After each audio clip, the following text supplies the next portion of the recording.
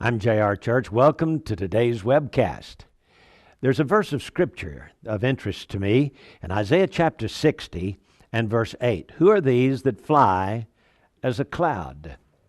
Now, the whole passage concerns the Messianic era and the events that lead up to the Messianic era. In other words, the return of the Jews to their promised land from all the nations where they had been exiled. In fact, listen to verse 9.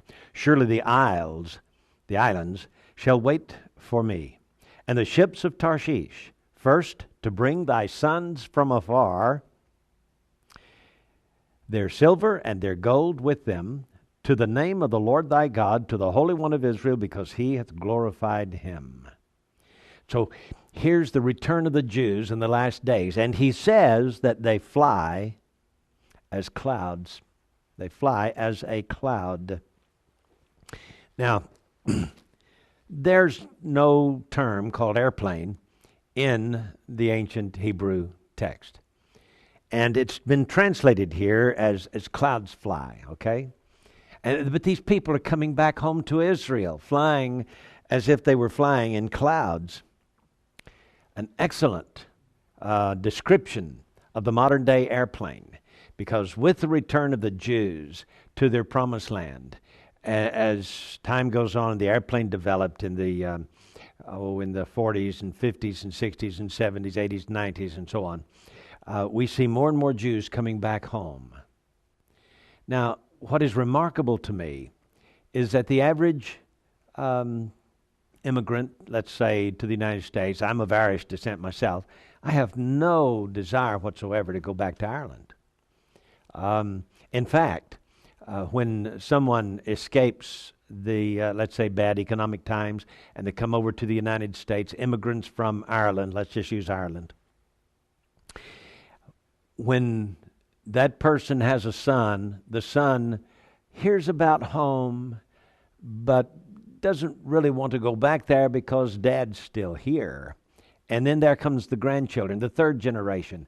Well, they're Americans. They don't even speak with the accent. They have no desire whatsoever to go back home.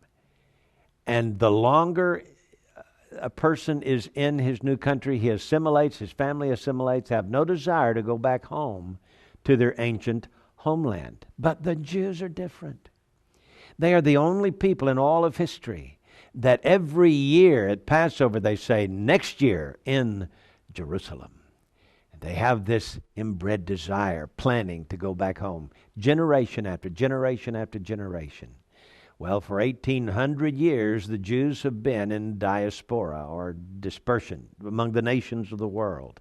And yet, when they do come back home, God says that some of them are going to fly as a cloud and as the doves to their windows. So as a dove flies and as a cloud floats in the air, so will these Jews coming back home to their ancient homeland. Well, that particular verse of Scripture is mentioned in this book written by a rabbi called Prophecies for the Era of Muslim Terror, Torah Perspective on World Events. And he mentions that there was a time when people came back home. He says, when the Jews are being brought to Israel like clouds, despite all of the vast opposition and violence that would be engulfing them, when masses of Jews migrate to Israel through air travel, it means that the Messianic era is fast approaching. We should become optimistic when we see masses of Jews traveling like clouds to create families and communities with increased vigor. While the prophet could not use the specific term airplane, which could not even be envisioned by people at a time not understood until this past century, the prophet could certainly talk about masses of Jews being transported easily and quickly to Israel from their homes in the diaspora in the pre-Messianic era. Presented in this manner, the message of transported like clouds could be understood in a somewhat limited fashion by the previous generation, but understood fully by ours. I think that's quite interesting. And there's another paragraph here that he talks about. He talks about iron rods. Listen to this. As a second example, the prophet describes the Jewish nation as being attacked by iron rods. Now, in that day, they didn't have any iron rods, even with, stretch of the imagination. They still could not understand iron rods. But I want you to listen to Psalm 107. See if I can find it here. Psalm 107 and verse 16.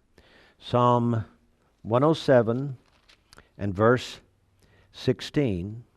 For he hath broken the gates of brass and cut the bars of iron in sunder. That's the Lord in defending the Jewish people.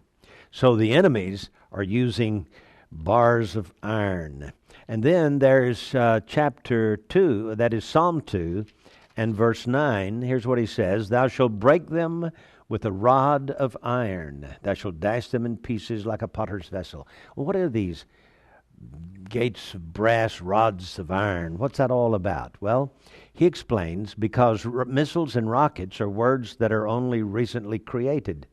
This is why sometimes it's difficult to understand the prophecies of the Bible, because modern concepts are often expressed in language from the ancient past. The language and symbolism are from days gone by, but the message is eternal and being studied now thousands of years later. The language may be archaic, but the message is most timely. It's a fascinating book, absolutely fascinating. And of course, we're just on page 13. There's